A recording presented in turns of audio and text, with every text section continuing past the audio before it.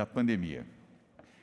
Quero registrar que aqui à frente temos hoje Dimas Covas, presidente do Instituto Butantan, Jean Gorenstein, secretário de Saúde do Estado de São Paulo, Rocieli Soares, secretário da Educação, Patrícia Ellen, secretária de Desenvolvimento Econômico, Ciência e Tecnologia, Marco Vignoli, secretário de Desenvolvimento Regional, e também Paulo Menezes, coordenador do Centro de Contingência do Covid-19, e João Gabardo, coordenador executivo do Centro de Contingência do Covid-19. E como convidada especial, a doutora Luciana Becker, médica, infectopediatra do Hospital Albert Einstein, e representa aqui a coordenação do programa Ciência na Escola.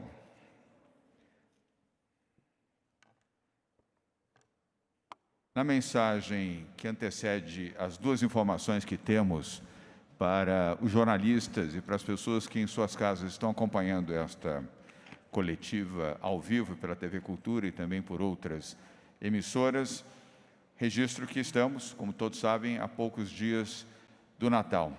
O Natal mais triste que o país já assistiu nos últimos 100 anos.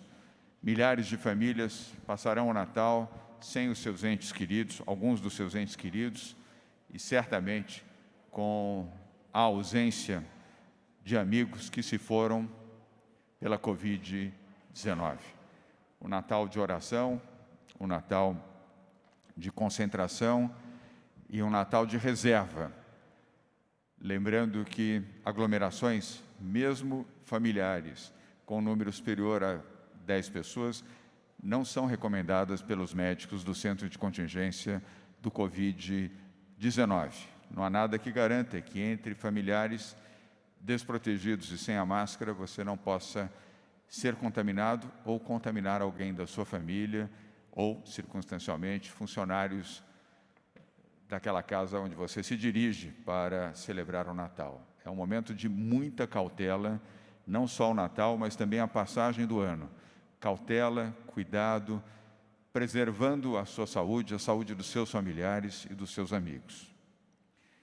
E há poucos dias do Natal, eu quero render aqui a minha homenagem aos familiares de mais de 183 mil vítimas brasileiros que perderam suas vidas ao longo dos últimos 10 meses. A maior tragédia da história do nosso país. O maior número de pessoas mortas, sem contar aquelas que ainda estão sofrendo consequências da Covid-19, embora, felizmente, tenham sido salvas pelo sistema de saúde público ou privado. Só teremos a normalidade, como todos sabem, com as vacinas. A vacina do Butantan e as demais vacinas que, devidamente autorizadas pela Anvisa, puderem contribuir na imunização dos brasileiros. A pressa pela vacina é a pressa pela vida. E todos os brasileiros de bem têm pressa pela vacina. São Paulo, reafirmo aqui, começará a vacinar no dia 25 de janeiro. E nós desejamos e estimamos que o governo federal possa, através do Ministério da Saúde, iniciar o mais breve possível o seu programa nacional de imunização. Volto a dizer que a corrida pela vida é uma corrida contra o tempo. Nós não podemos ignorar o senso de urgência diante de uma pandemia. É assim que estão agindo líderes de outros países do mundo, iniciando as suas vacinações, imunizando as suas populações e oferecendo esperança a todos. Não há razão para não fazermos o mesmo aqui no Brasil. Há poucos dias, o presidente Jair Bolsonaro veio a São Paulo para inaugurar um relógio em cima de uma caixa d'água no CEAGESP, em São Paulo. Eu não quero discutir o que move um presidente da República a vir a São Paulo para inaugurar um relógio em cima de uma caixa d'água.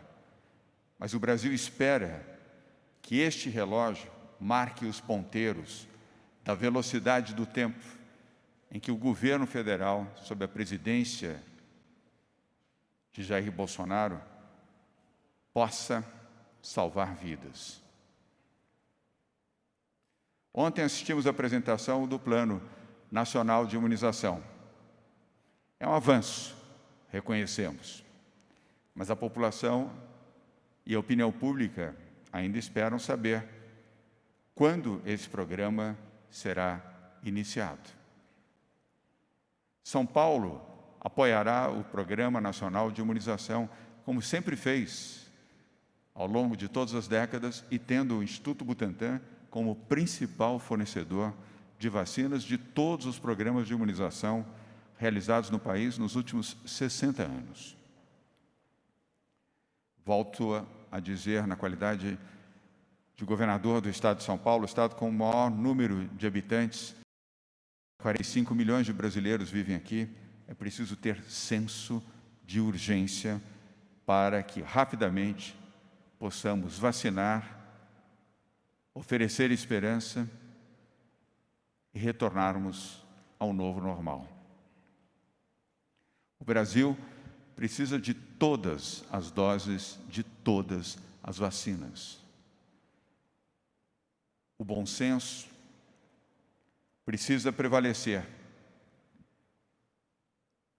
para que as doses de todas as vacinas possam ser disponibilizadas a todos os brasileiros. Mas também doses de agilidade, doses de responsabilidade, doses de humanidade, doses de solidariedade. Vamos agora às duas informações de hoje. E são duas boas informações. A primeira informação: o governo do Estado de São Paulo recebe amanhã, sexta-feira, junto com o Instituto Butantan, mais 2 milhões de doses da vacina contra a Covid-19.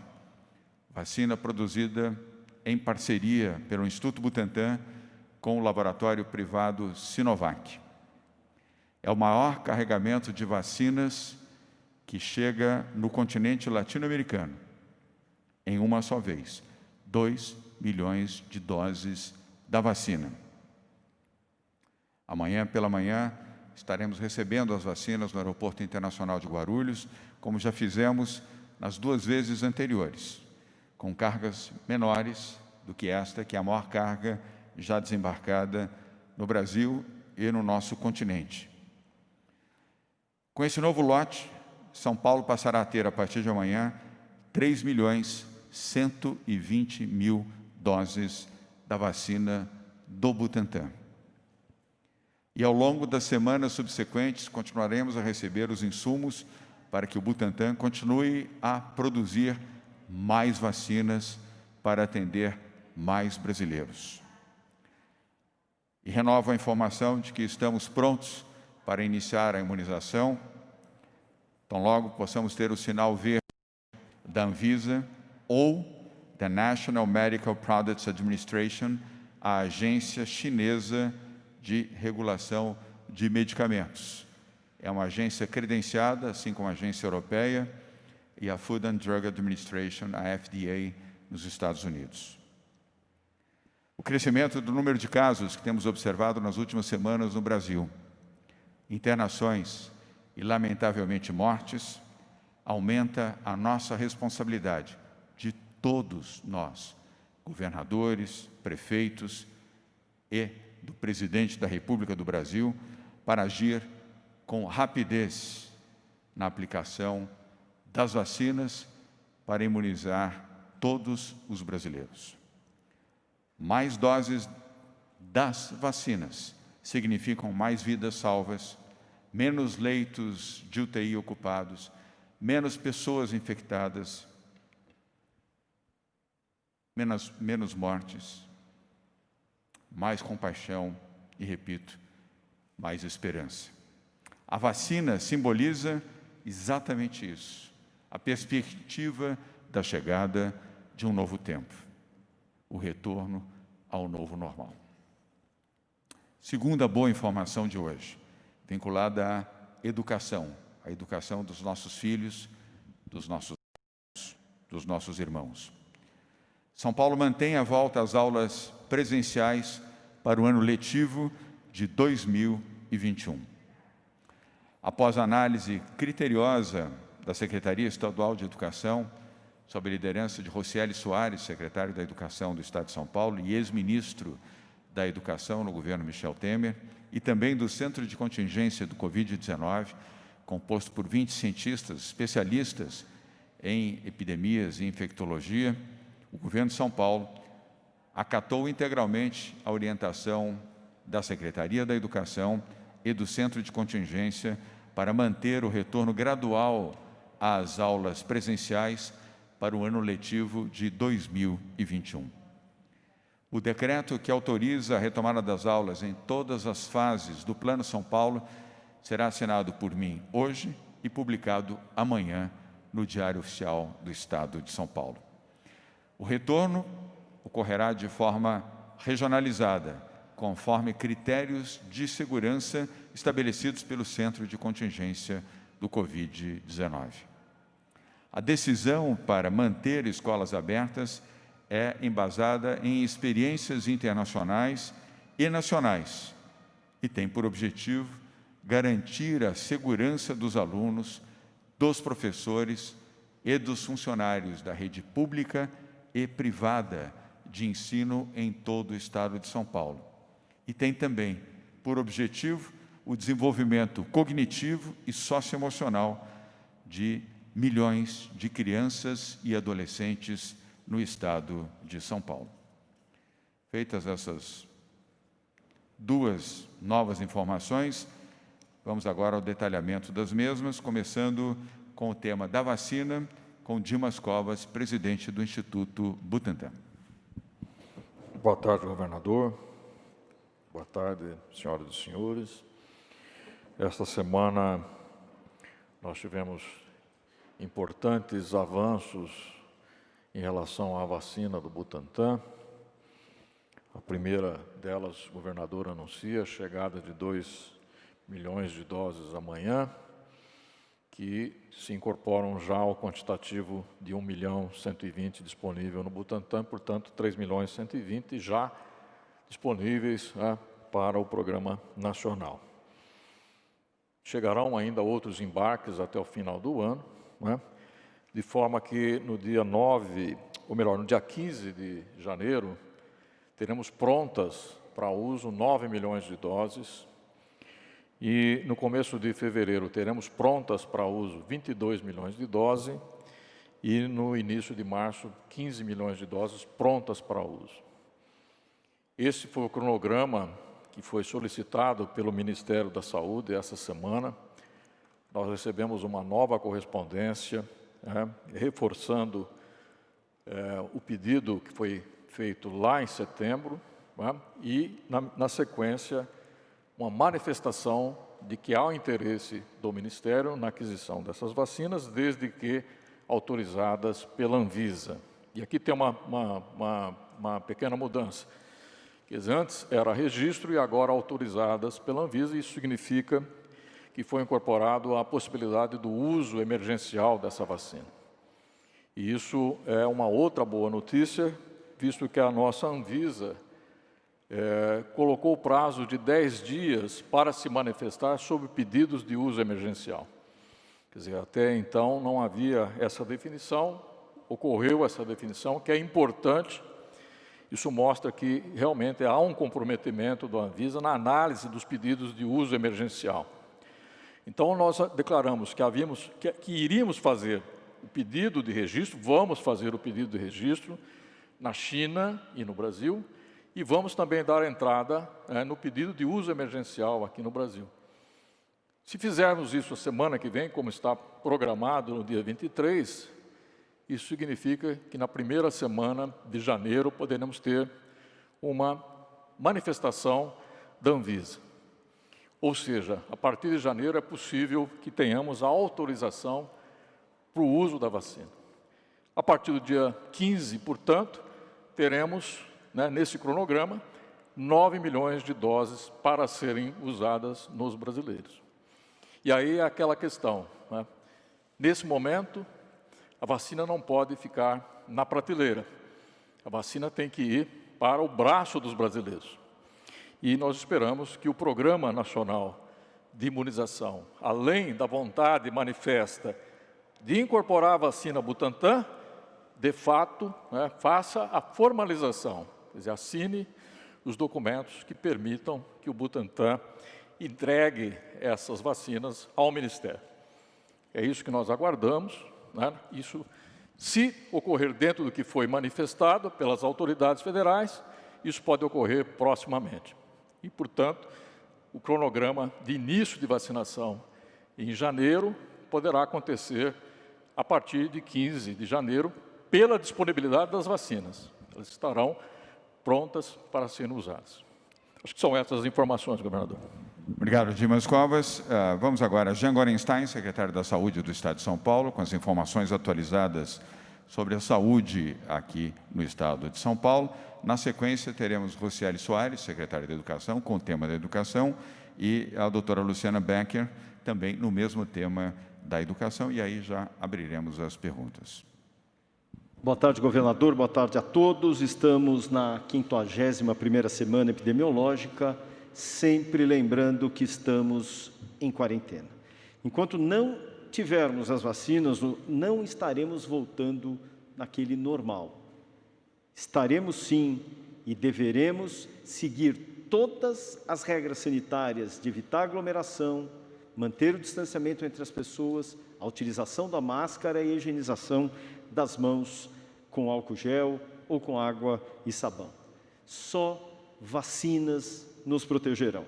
Precisamos de todas as vacinas, para que dessa forma possamos proteger a nossa população, brasileiros de todo o Brasil. Não podemos, porém, que ocorram situações em que haja um postergar da vacinação. Precisamos que essa vacinação ocorra de forma abreviada, rápida, porque só assim evitaremos a perda de mais de 700 vidas diariamente no nosso país. Por isso, o Programa Estadual de Imunização será mantido em 25 de janeiro do próximo ano. Dispomos, aqui no Estado de São Paulo, de toda a estratégia logística, insumos, agulhas e seringas e equipamentos de proteção como luvas, caixas de descarte de agulhas e assim como profissionais, para que dessa forma, com o apoio dos 645 municípios, possamos vacinar todos os brasileiros de São Paulo num primeiro momento. Porém, esperamos que haja uma oficialização do governo federal para a aquisição da vacina do Butantan, para que, dessa forma, conjuntamente com a identificação de uma data que deve ser breve, possamos iniciar uma vacinação conjunta para todo o país.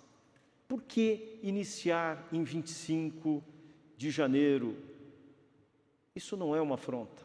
A afronta é o que o vírus faz na nossa sociedade, ceifando vidas e matando principalmente aqueles vulneráveis. 77% da população mais vulnerável são os idosos, que fazem com que haja o aumento da estatística, não só de morte, mas também do incremento e da sobrecarga do sistema de saúde. É por isso que não podemos esperar. E é dessa forma que, com responsabilidade e humanidade, nós assim o faremos. Com relação aos dados da saúde, as taxas de ocupação na data de hoje estiveram em 61,1% no Estado e 66,5% na Grande São Paulo. Algumas regiões merecem e precisam uma atenção especial, principalmente a região de Presidente Prudente, com 76% da taxa de ocupação nas suas unidades intensivas. Registro, 69%. E Sorocaba, 68%. Estamos ajudando a essas regiões, aumentando o número de leitos, ofertando recursos humanos e equipamentos, mas é muito importante que as suas municipalidades tenham a eficácia, a austeridade na cobrança da fiscalização para que estejamos diminuindo a circulação no vírus em cada uma dessas regiões. Mas uma boa notícia é que os esforços das restrições do Plano São Paulo já estão surtindo efeito. Tivemos, na última semana epidemiológica, o comparativo com a última semana epidemiológica, uma queda de 3% no número de casos, um leve incremento do número de mortes em apenas 1% e uma elevação de 5% de internações, algo que nós vínhamos tendo uma crescente de 13%, 8% e 5%. Portanto, as medidas de restrição, conjuntamente com as medidas sanitárias, é que fazem a diferença. É dessa maneira que, enquanto as vacinas não estiverem presentes, nós poderemos proteger a nossa população. Primeiro slide, por favor. Hoje temos contabilizados no estado de São Paulo 1.361.731 casos, considerando que nesse dado já estão aportados os dados que não ficaram ofertados ontem por uma instabilidade do nosso sistema de computação que já foi suprido pela TI da nossa secretaria. O número de óbitos, infelizmente, já atingem 44.681 e aqui também já foram aportados os números de óbitos que aconteceram na data de hoje. Próximo, por favor. A média diária de novos casos apresentou, como eu falei, queda em relação à semana epidemiológica anterior. Próximo. Assim como das internações, sendo que já são contabilizados 1.363 novas internações. Comparativamente à semana anterior, tivemos 1.435, lembrando que essa semana epidemiológica ainda não se encerrou. Próximo, por favor. Número de óbitos tiveram uma estabilidade em relação à semana anterior e, basicamente, ainda é uma melhora muito gradual, muito lenta e, por isso, precisamos o apoio de todos. Fiquem em casa, se possível, e quando saírem, saiam com responsabilidade. Obrigado, governador.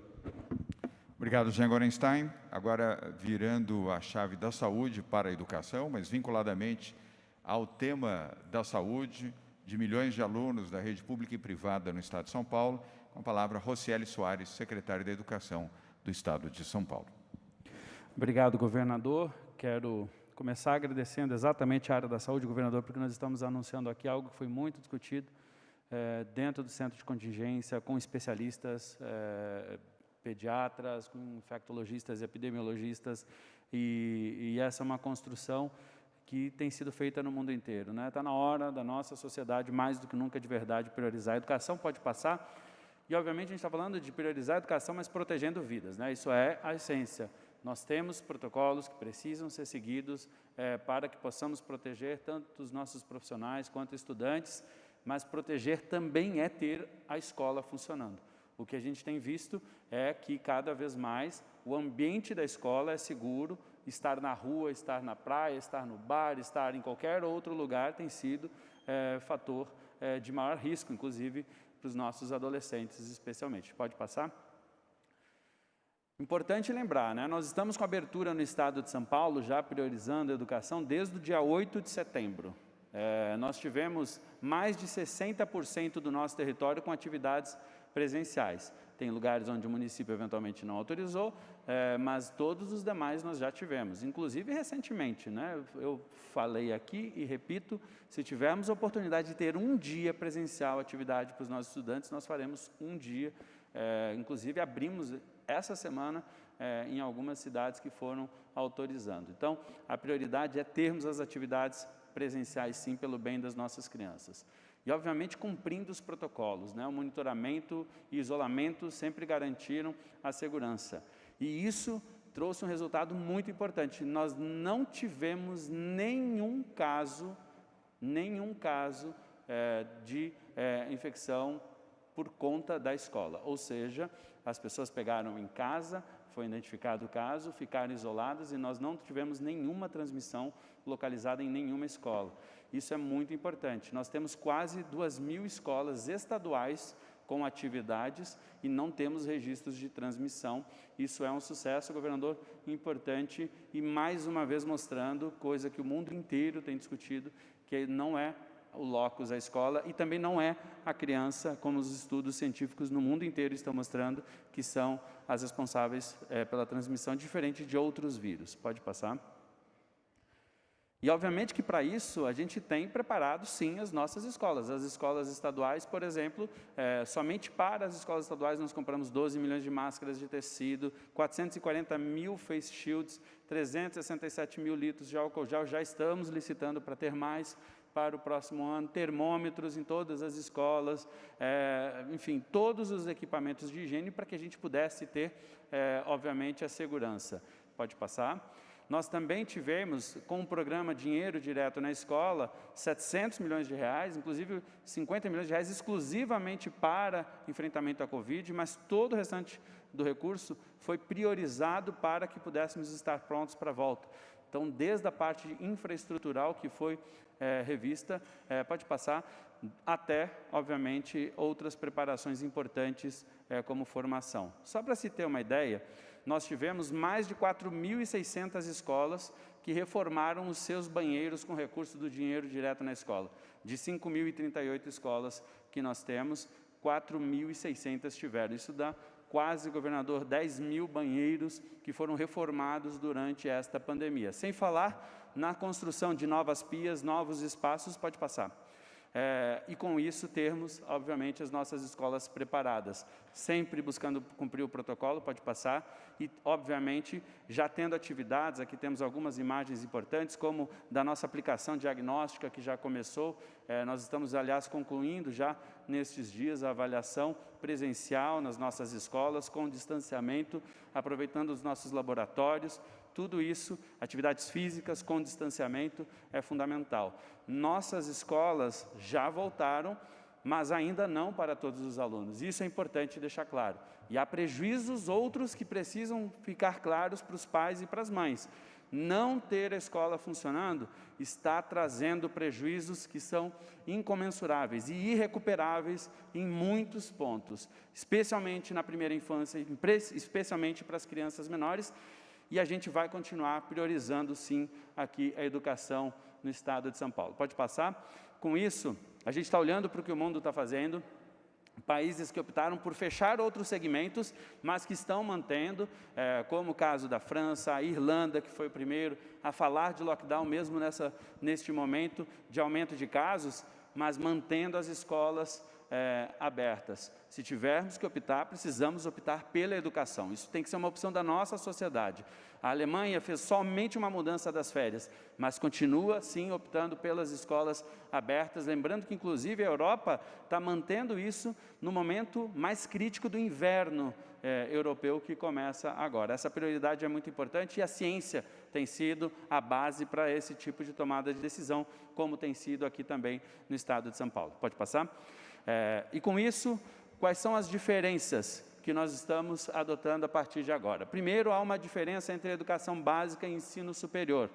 Isso é muito importante. O ensino superior permanece com a mesma regra, só abre estando na amarela, ou seja, até 35% abre a universidade e agora regionalmente. Nós também não temos mais o olhar global do Estado, tanto para a educação básica quanto para o ensino superior.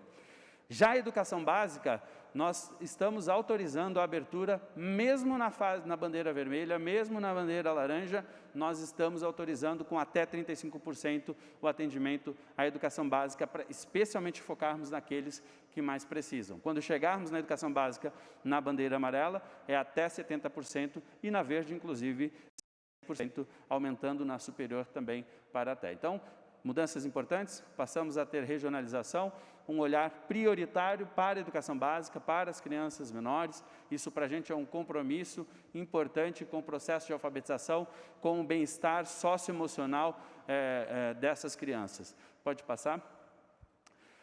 Algo importante que para esse movimento, obviamente, é acompanhamento, monitoramento. A coisa mais importante, mais eficaz no mundo inteiro é acompanharmos pessoa a pessoa, caso a caso, em toda a rede, e não só na rede pública, mas também na privada. Portanto, nós criamos um sistema de monitoramento que foi desenvolvido pela Secretaria e, obviamente, nós estamos disponibilizando para as escolas municipais e também para as escolas privadas, para que a gente tenha um controle maior de casos. Então, a gente vai sempre ter o levantamento de sintomas e comorbidades de todos, profissionais e estudantes, o monitoramento de contatos, ou seja, se uma pessoa pegou, com quem ela teve em contato em cada uma das escolas, a indicação, por exemplo, da unidade básica de saúde, a qual o aluno e o servidor deve ser encaminhado para o atendimento ou para os exames, a segurança do armazenamento das informações, obviamente, que é fundamental. Isso foi desenvolvido, todo esse sistema, e queria agradecer muito aqui ao nosso secretário de Saúde, Jean, e a toda a equipe, porque isso foi desenvolvido, Jean, junto com toda a equipe da Secretaria de Saúde e outros especialistas que nos ajudaram fortemente para que chegássemos nisso. Essa ferramenta vai estar disponibilizada e será obrigada para os municípios que não têm conselho próprio, porque nós vamos regulamentar isso pelo Conselho Estadual de Educação. Nós temos aí mais de 400 municípios que são ligados ao Conselho Estadual e essa regulamentação passará por isso. Pode passar? A volta, início das aulas presenciais na rede estadual, 1º de fevereiro de 2021. Durante o mês de janeiro já teremos atividades presenciais de reforço escolar para aqueles alunos que mais precisam. E a quantidade de alunos por sala de aula, gente, quando a gente está falando, obviamente sempre vai observar a organização de acordo com a fase em que está, com um limite de quantidade de pessoas por sala de aula, respeitando o afastamento, o distanciamento. Pode passar? Governador, eu termino dizendo que para a gente é muito importante, né? Isso aqui é um trabalho feito numa escola, na Professor Galdino Moreira, no dia 14 de dezembro, agora, onde as crianças iam dizer o que eles sentem falta, o que é importante para eles. E todos estão falando sentir falta da sua professora, sentir falta dos seus colegas, sentir falta dessa convivência. O mal que nós estamos fazendo às nossas crianças por não estarmos juntos é fundamental. O Guarujá autorizou a volta, no mesmo dia nós tivemos atividades presencial e me orgulha muito que as escolas, o trabalho que os professores estão fazendo, a gente tem muita coisa a melhorar e eu fico realmente emocionado quando falo da volta às aulas, porque pela certeza que nós temos que a sociedade precisa comprar isso, defender isso como uma verdadeira prioridade. Educação para o governo do Estado de São Paulo é prioridade e nós vamos voltar às aulas. Obrigado, governador. Fico também à disposição. Muito obrigado, Roseli. Muito sensível esse último slide que você exibiu aqui, com as próprias crianças fazendo as suas manifestações ali, conforme vocês observaram. Por um instante aqui, lembrei, Patrícia, do meu tempo de escola pública aqui em São Paulo. Bom, vamos agora à doutora Luciana Becker, médico infectopediatra do Hospital Albert Einstein e que é uma das coordenadoras do programa Ciência na Escola. Luciana? Obrigada, governador. É um prazer estar aqui com vocês hoje. Eu venho aqui, pode passar o próximo. Eu venho aqui representar um grupo de pediatras empenhados na divulgação de informação de qualidade, baseada em ciência. Nós estudamos sobre o impacto da doença nas crianças, o papel da criança no controle da pandemia e a possibilidade de abertura segura para todos, para crianças, educadores e familiares, durante a pandemia e a cada dia, todos os dias que valem. Esse O nosso grupo está em diálogo com a sociedade civil, educadores e órgãos governamentais, e temos um manifesto assinado por mais de 1.000 pediatras que trabalham em instituições privadas e públicas de todo o país. Pode passar. Apesar do que supôs no início da pandemia, as crianças não são super disseminadores da doença. Pelo contrário, as crianças se infectam cerca de 2 a 5 vezes menos do que os adultos. E o risco é tanto menor quanto mais jovem a criança. Nós sabemos que é possível separar as crianças por faixas etárias, até 6 anos de idade, entre 6 a 11 e a partir dos 11 anos, onde em todas as faixas o risco de adoecer uma vez exposto à doença e transmitir é menor conforme a idade. As complicações em todas as faixas etárias são raras, com desfechos desfavoráveis de 0,6%. É claro que temos algumas crianças que precisam de um pouco mais de atenção, mas os desfechos desfavoráveis são raros. A grande maioria das crianças é assintomática ou apresenta sintomas leves, principalmente os mais novos, e dessa forma transmitem ainda menos. Pode passar? Com as medidas de prevenção, que são medidas simples, como o distanciamento, lembrando que o distanciamento ele não é obrigatório na educação infantil, já que as crianças precisam do contato humano, precisam estar próximos de seus pares e dos professores por um bom desenvolvimento físico e emocional. A higiene das mãos, seja com álcool gel ou água e sabão, o uso de máscara, de novo para as crianças maiores, ventilação do ambiente e controle e afastamento de pessoas sintomáticas. Dessa forma, a escola pode ser segura para todos, alunos, professores, funcionários e familiares. Eu gostaria de lembrar de que não há previsão de vacinas para as crianças até o momento, tanto porque não tem estudos clínicos com crianças, quanto porque elas, por adoecerem de forma mais leve, não são grupos prioritários para a vacina. E, por último, é preciso destacar que os impactos do isolamento social prolongado no desenvolvimento infantil, na saúde mental, na obesidade, transtornos de ansiedade, depressão, ideação suicida e distúrbios do sono são imensos e duradouros e têm enchido e preocupado nós, pediatras, na nossa prática diária. Queria agradecer a todos, estamos à disposição. Muito obrigado, doutora Luciana Becker.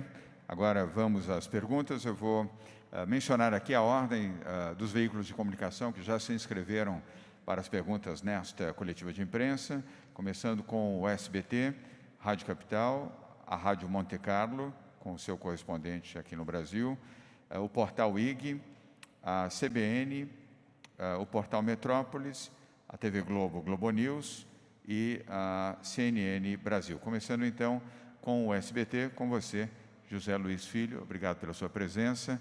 Pode ajustar o microfone. Isso. Agora ficou bom. Muito bom. Obrigado. Sua pergunta, por favor. Boa tarde, governador. Boa tarde a todos e a todas. Hoje, o governo federal, o presidente Jair Bolsonaro, assinou a MP destinando 20 bilhões de reais para a compra de vacinas. Ontem, o Ministério da Saúde anunciou a intenção de comprar 45 milhões de doses da Coronavac, assim que houver autorização de uso pela Anvisa.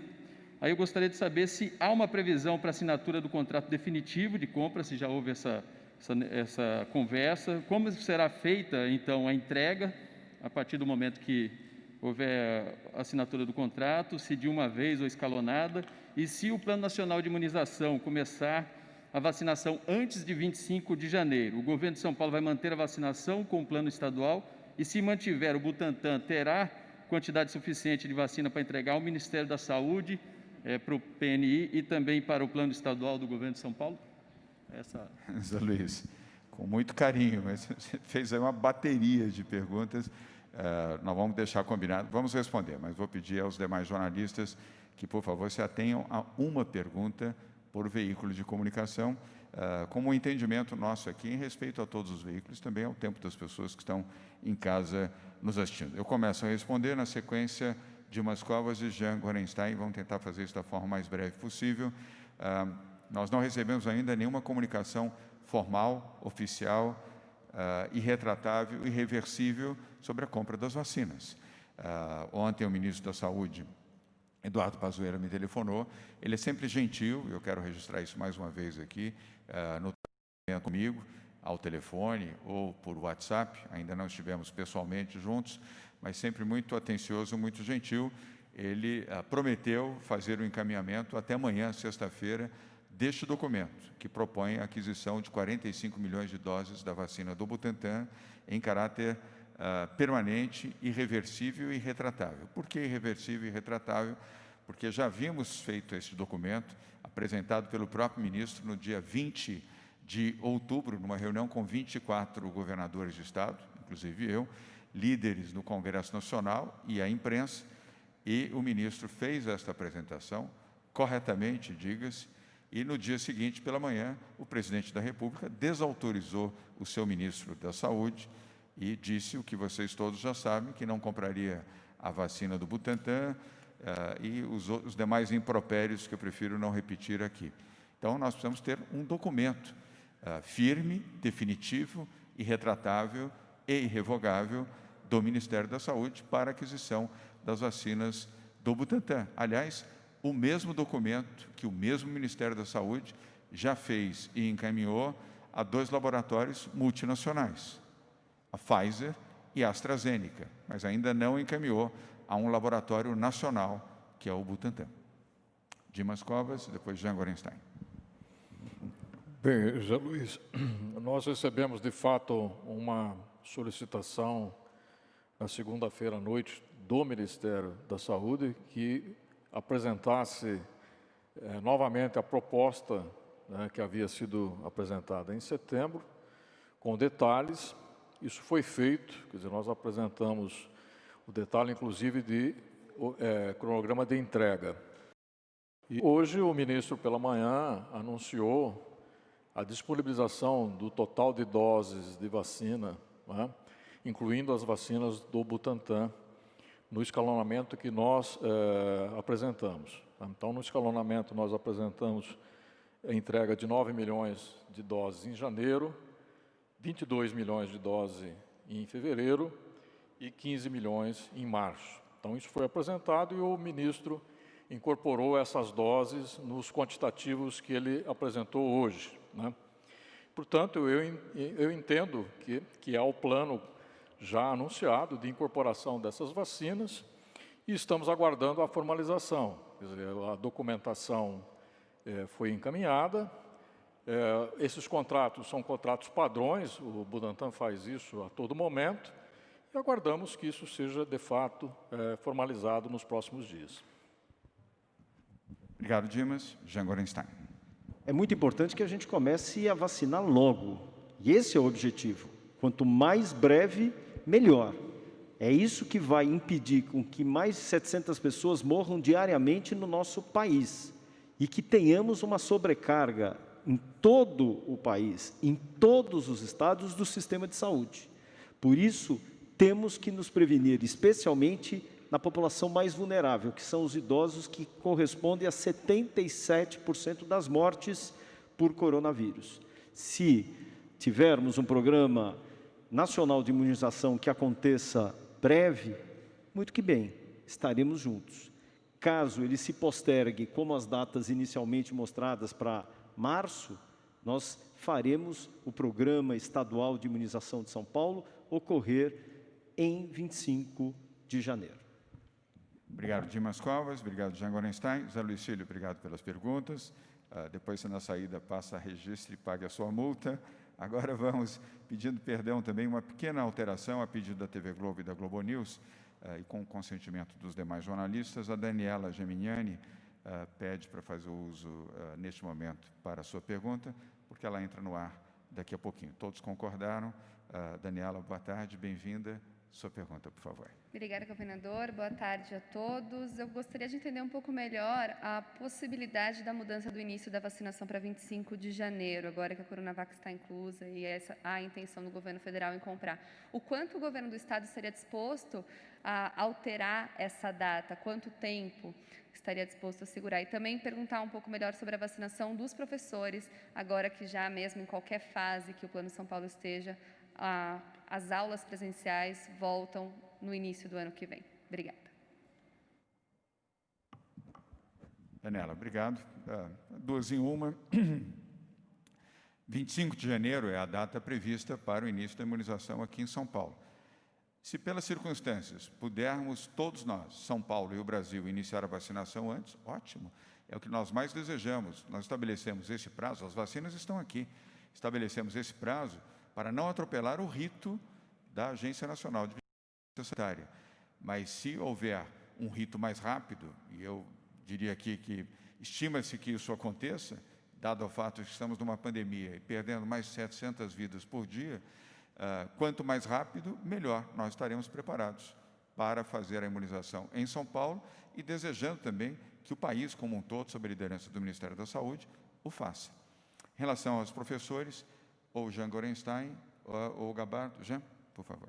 Bom, questão em relação à vacinação, nós temos que lembrar muito bem que nós estamos numa crise sanitária. Quanto antes começarmos a vacinar, mais protegeremos vidas. Nesse primeiro momento, seguiremos o primeiro plano, a primeira fase, que é contemplar exatamente os idosos, que, como disse, corresponde a 77% daqueles que morrem decorrente do Covid, profissionais da área da saúde, técnicos, enfermeiros, motoristas de ambulância, porque eles estão na linha de frente, incorrem o risco maior de estarem expostos ao vírus, e nós não podemos perder vidas, mas também não podemos deixar à margem os nossos profissionais, principalmente num momento como esse, que tivemos incremento da pandemia.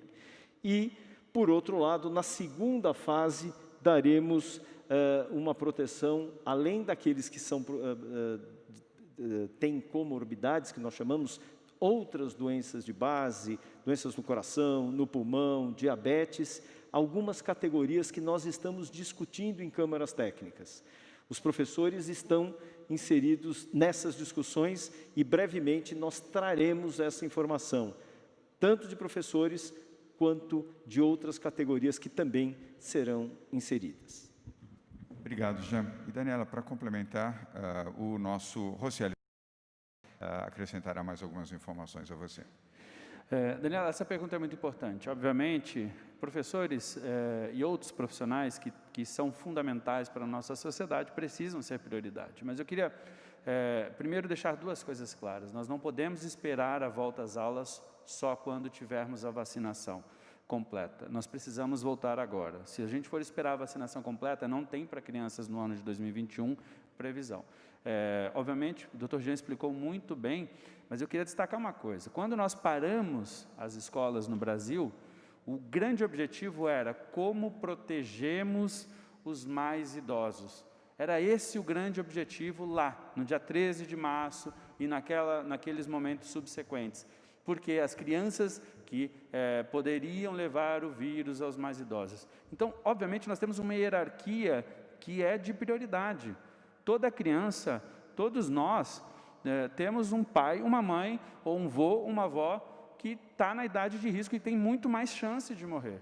Nós precisamos proteger, sim, primeiro essas pessoas. Eu tenho meu pai com enfisema pulmonar, com grande comprometimento, e eu espero que a vacina verdadeiramente chegue para pessoas como ele primeiro. E ele tem mais de 70 anos ainda. Então, obviamente, nós temos que olhar isso. Agora, professores estão, sim, inclusive no plano nacional, no nosso, como o Dr. Jean esclareceu. Mas nós não podemos vincular a uma vacinação a volta às aulas. Nós temos que seguir monitorando, cumprindo os protocolos e voltar à educação. Se precisar fechar o resto, que se feche. Educação tem que ser prioridade no nosso país. Muito obrigado, Rocieli. Daniela, obrigado pela sua participação, pelas perguntas. Vamos agora à Rádio Capital, com a jornalista Carla Mota. Carla, obrigado por estar aqui uma vez mais. Boa tarde. Sua pergunta, por favor. Boa tarde a todos. Eu gostaria de saber, governador, se existe alguma garantia que o governo federal pudesse dar ao governo do estado, né, para que o plano estadual de vacinação não fosse colocado em prática, para que São Paulo também seguisse o cronograma nacional. Obrigada. Obrigado, Carla. Vou mais uma vez recorrer ao nosso secretário da Saúde, médico infectologista, Dr. Jean Gorenstein. Nós estamos falando de uma situação totalmente inusitada. Nós estamos falando de uma crise sanitária e que, para tal, a única forma de podermos fazer alguma questão, alguma ação no bloqueio da disseminação dessa pandemia e do número de mortes que temos enfrentado é através da vacinação.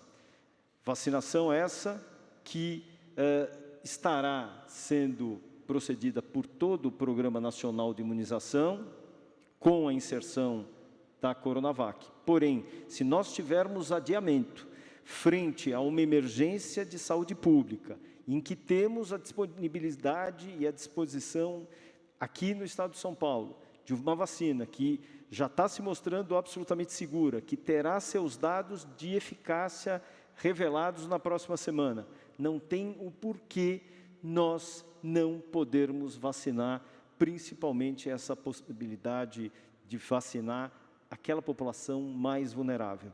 É só assim que nós poderemos evitar essa morte. Então, é uma questão de responsabilidade, é uma questão de compaixão, temos que agir com brevidade. E temos a certeza que o governo federal também o fará dessa maneira. Muito obrigado, Jean Gorenstein, Carla Mota da Rádio Capital. Obrigado, Carla, mais uma vez. Agora temos um correspondente estrangeiro que veio pessoalmente, ele já participou virtualmente, mas vejo que ele está aqui conosco, o Carlo Cauti, que também é o presidente da Associação dos Correspondentes Estrangeiros no Brasil, e aqui ele representa e é o correspondente da Rádio Monte Carlo. Carlo, muito obrigado pela sua presença. Ajustando o microfone. Obrigado, governador. Sua pergunta, por favor. Obrigado, bom dia a todos. Governador, o STF está julgando essa semana sobre a obrigatoriedade da vacina. O senhor também falou nessa sede sobre a possibilidade de que aqui em São Paulo a vacina se torne obrigatória, no caso, a Coronavac, mas a Coronavac, seja aqui no Brasil, mas também na Europa, nos Estados Unidos, não recebeu nenhum tipo de registro na Europa e nos Estados Unidos, porque não foi nem apresentado sequer. Então, lhe pergunto, aqui em São Paulo é possível que os brasileiros de São Paulo sejam obrigados a se vacinar com uma vacina que não tem registro lá fora e, quem sabe, aqui na Anvisa? E eu vou pagar multa, juro, mas prometo que se eu precisar fazer essa pergunta para o doutor Dimas Covas também. Eu queria perguntar, por que o estado de São Paulo, que é um estado de um país diferente, fica a 15 mil quilômetros das fábricas da Coronavac, tem que solicitar, tem que incentivar a solicitação do pedido lá na China? Por que os chineses, por que a Sinovac não foi registrada de forma independente, de forma autônoma por lá? Por que São Paulo tem que incentivar isso? Obrigado. Carlo Cauti, obrigado pelas perguntas. São duas em uma, elas convergentes. Eu começo aqui e elas serão respondidas respectivamente pelo João Gabardo, que é o nosso coordenador executivo do Centro de Contingência, e também pelo professor Dr. Dimas Covas. Mas eu começo a responder a você que em São Paulo nós, Carlos, não fazemos avaliação de vacinas por origem. Nós não aqui olhamos qual origem, se é inglesa, francesa, chinesa, portuguesa. Isso para nós não importa. Importa é a eficácia, é a segurança da vacina. Aliás, para o mundo da ciência, isso eu já aprendi. É isto que importa, não é a origem da vacina. Apenas aqueles, não é o seu caso, que são extremistas, ideologistas e cultivam esta visão de que o que vem da China não é bom, o que é bom vem do mundo ocidental ou outras circunstâncias dessa natureza, não é a nossa visão. A visão do governo do Estado de São Paulo é rigorosamente a visão da ciência, da medicina, da saúde e da vida. Eficácia e segurança da vacina, seja ela de qual for a sua origem. Sobre o fato de registro ou não em outros países, o Dimas Covas responderá também, mas na segunda parte da sua pergunta, no que tange a obrigatoriedade, o João Gabardo, que, como vocês sabem, foi secretário executivo do Ministério da Saúde, na gestão do ministro Luiz Henrique Mandetta, e foi também secretário da Saúde do seu estado natal, Rio Grande do Sul, tem larga experiência em programas de imunização. Gabardo. Boa tarde, governador, boa tarde a todos. A questão da obrigatoriedade da vacina, acho que nesse momento não é o mais relevante. Nós temos que ver a disponibilidade das vacinas e nós temos que analisar que essa vacina ela vai terminar sendo obrigatória para que as pessoas possam fazer determinadas atividades, como, por exemplo, viajar. É muito provável, e é quase certo, que os países vão colocar como uma exigência para a entrada nesses locais que a pessoa tenha o comprovante da vacina. É possível que, quando a gente começar uma vida normal, em que aglomerações, espetáculos, jogos de futebol sejam disponibilizados, é muito provável que a compra do ingresso ela fique condicionada ao comprovante da vacina. Então, as pessoas que não se vacinarem, primeiro, elas estarão se colocando numa posição de risco.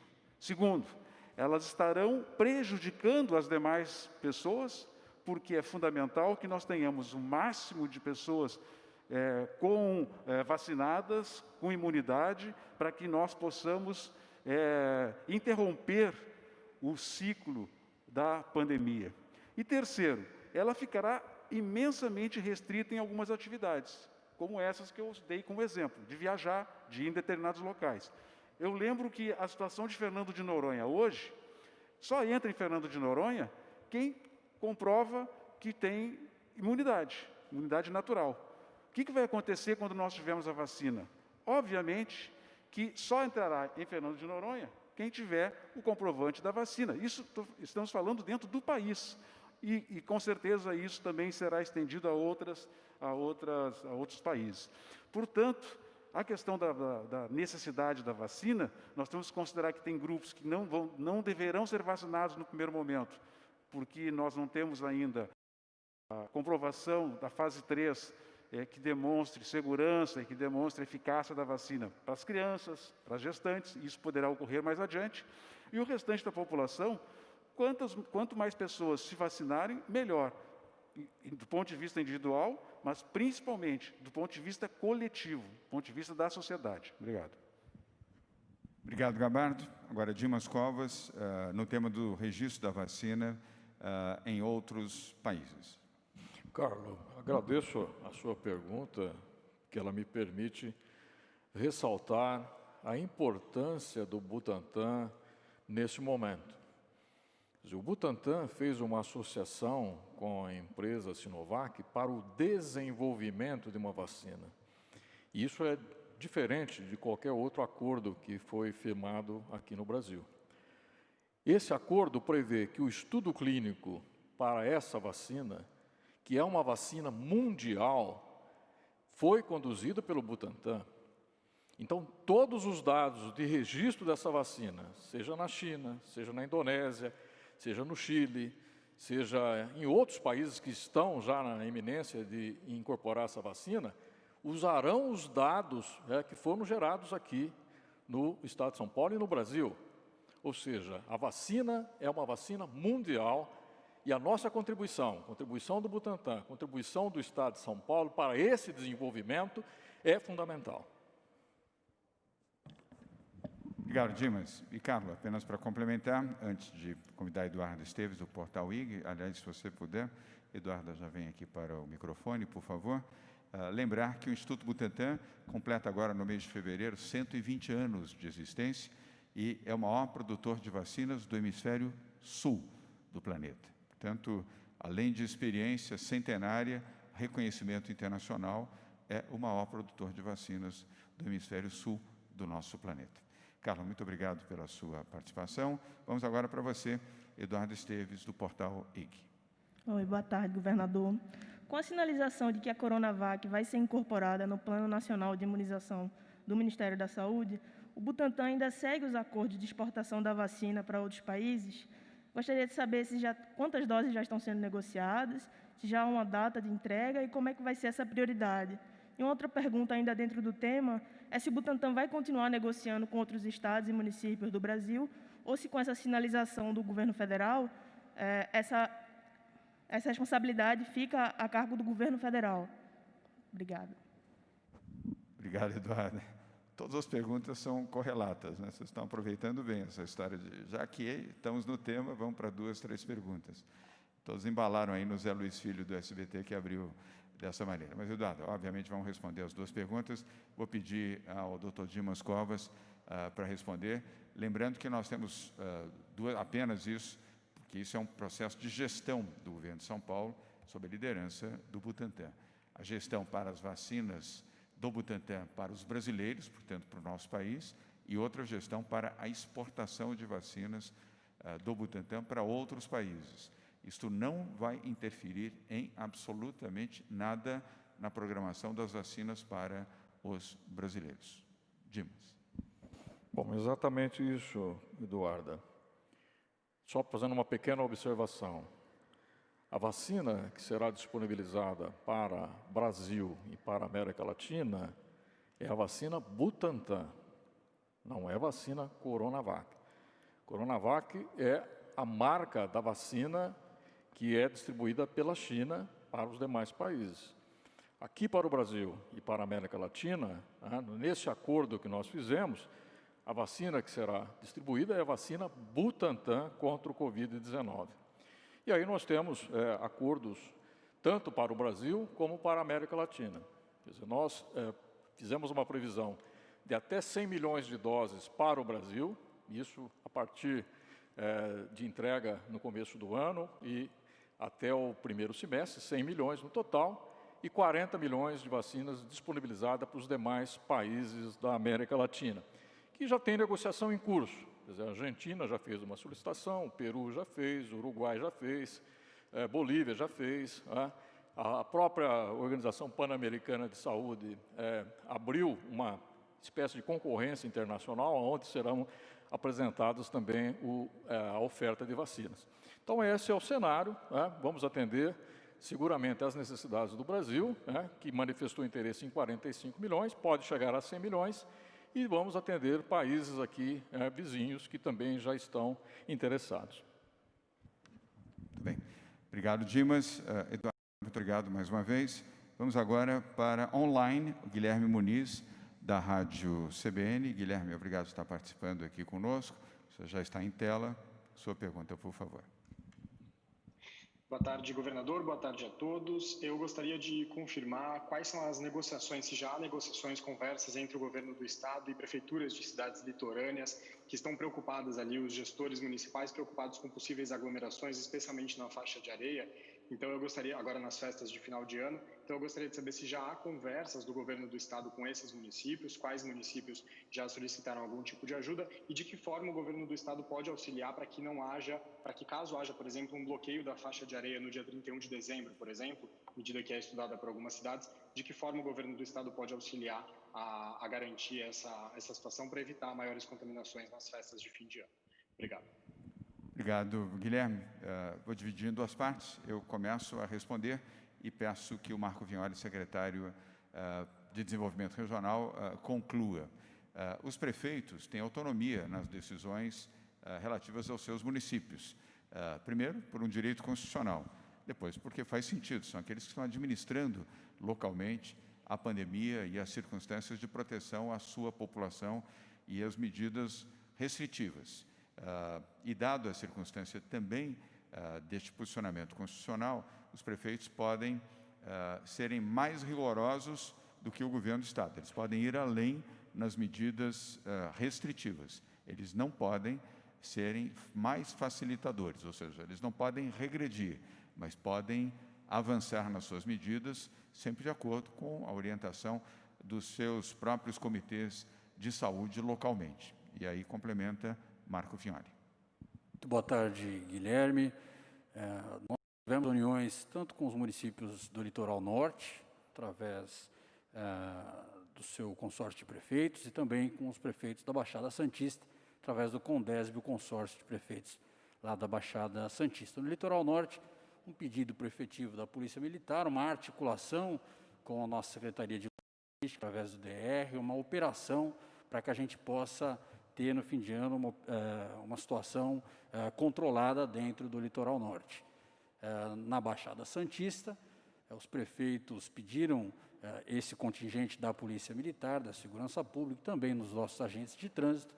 Eles farão, como disse o governador João Dória, e é uma prerrogativa dos prefeitos essas ações, barreiras sanitárias na entrada das cidades e também apresentaram a demanda para que a gente possa apoiar as ações sobre a orla. No dia 31, o governo do Estado de São Paulo vai apoiar as ações das prefeituras municipais. É importante ressaltar que todas elas cancelaram as festas do dia 31 e para aquele que acompanha a coletiva saiba dessa situação de controle e de muita atenção em todo o litoral de São Paulo. O governo vai apoiar as ações dos prefeitos.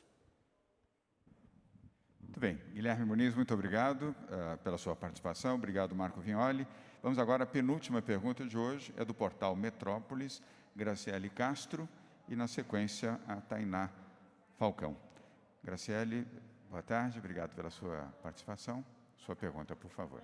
Eu queria saber se, caso o governo federal amanhã envie a carta confirmando a compra de 46 milhões de doses em caráter irrevogável, mas para iniciar a vacinação em fevereiro, como fica o calendário de São Paulo?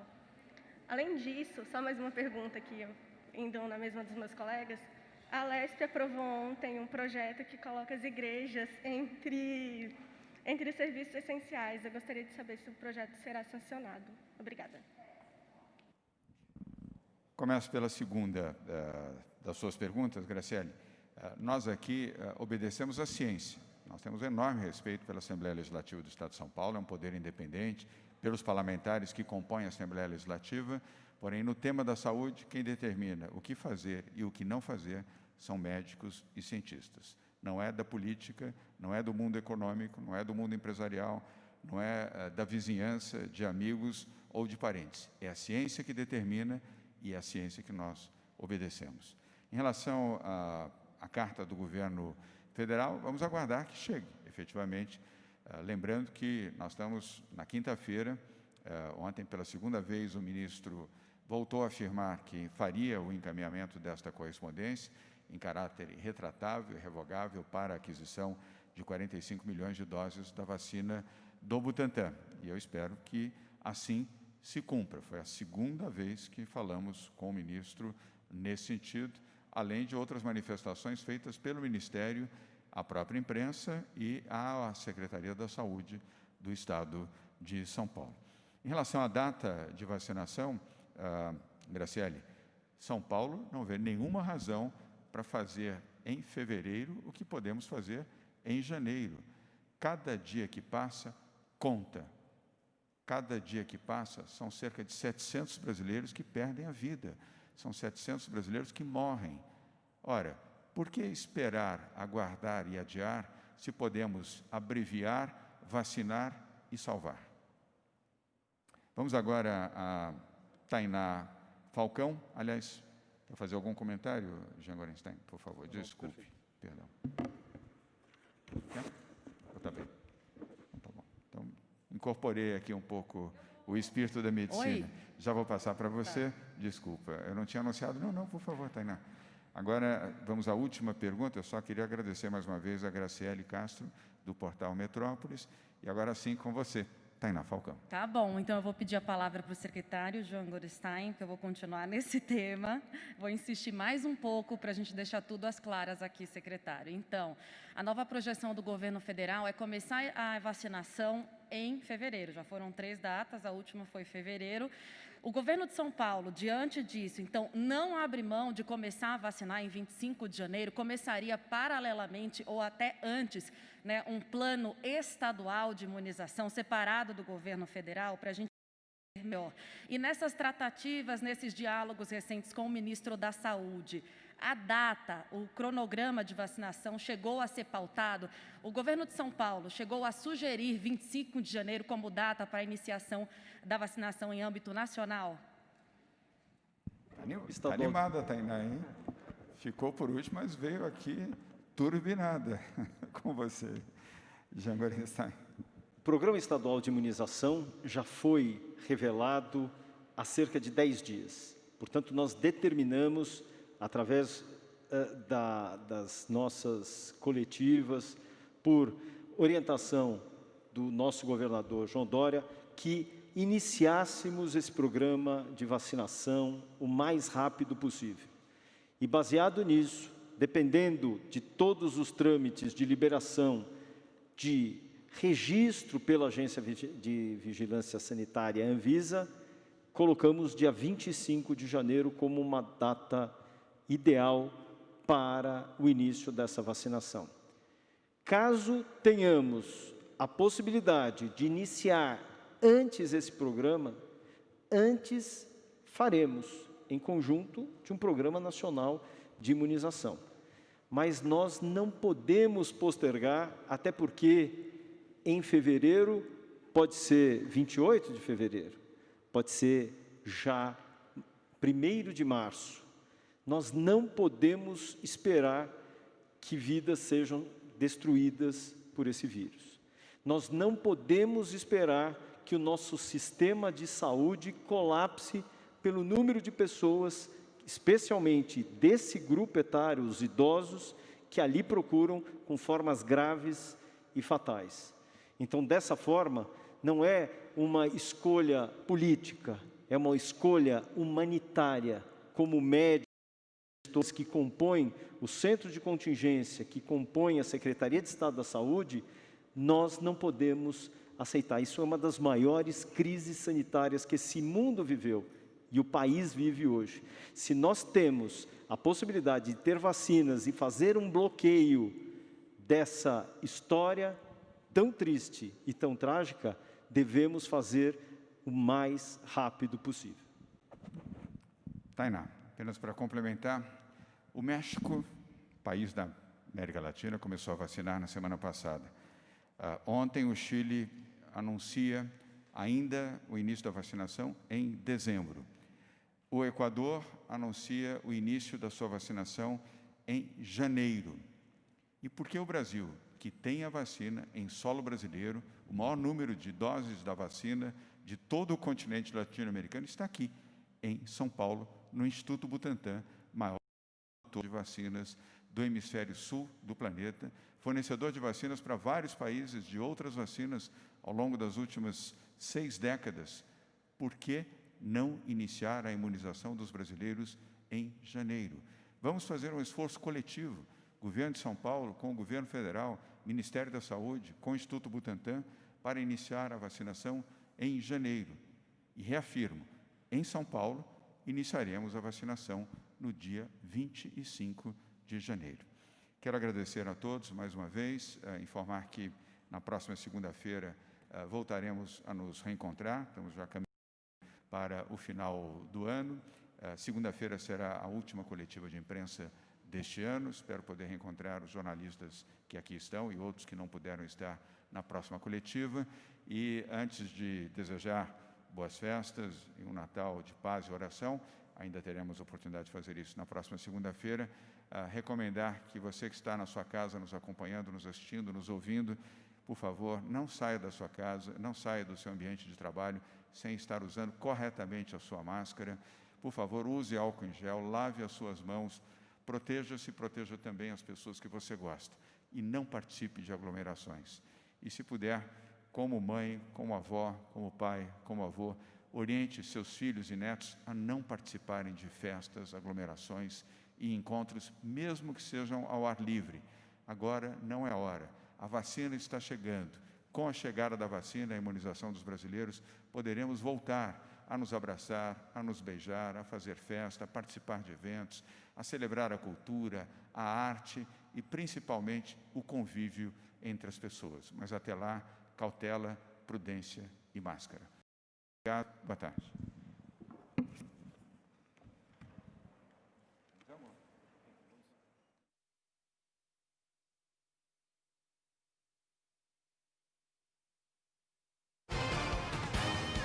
Você acompanhou o Jornal da Rede Alesp. Tudo sobre o legislativo.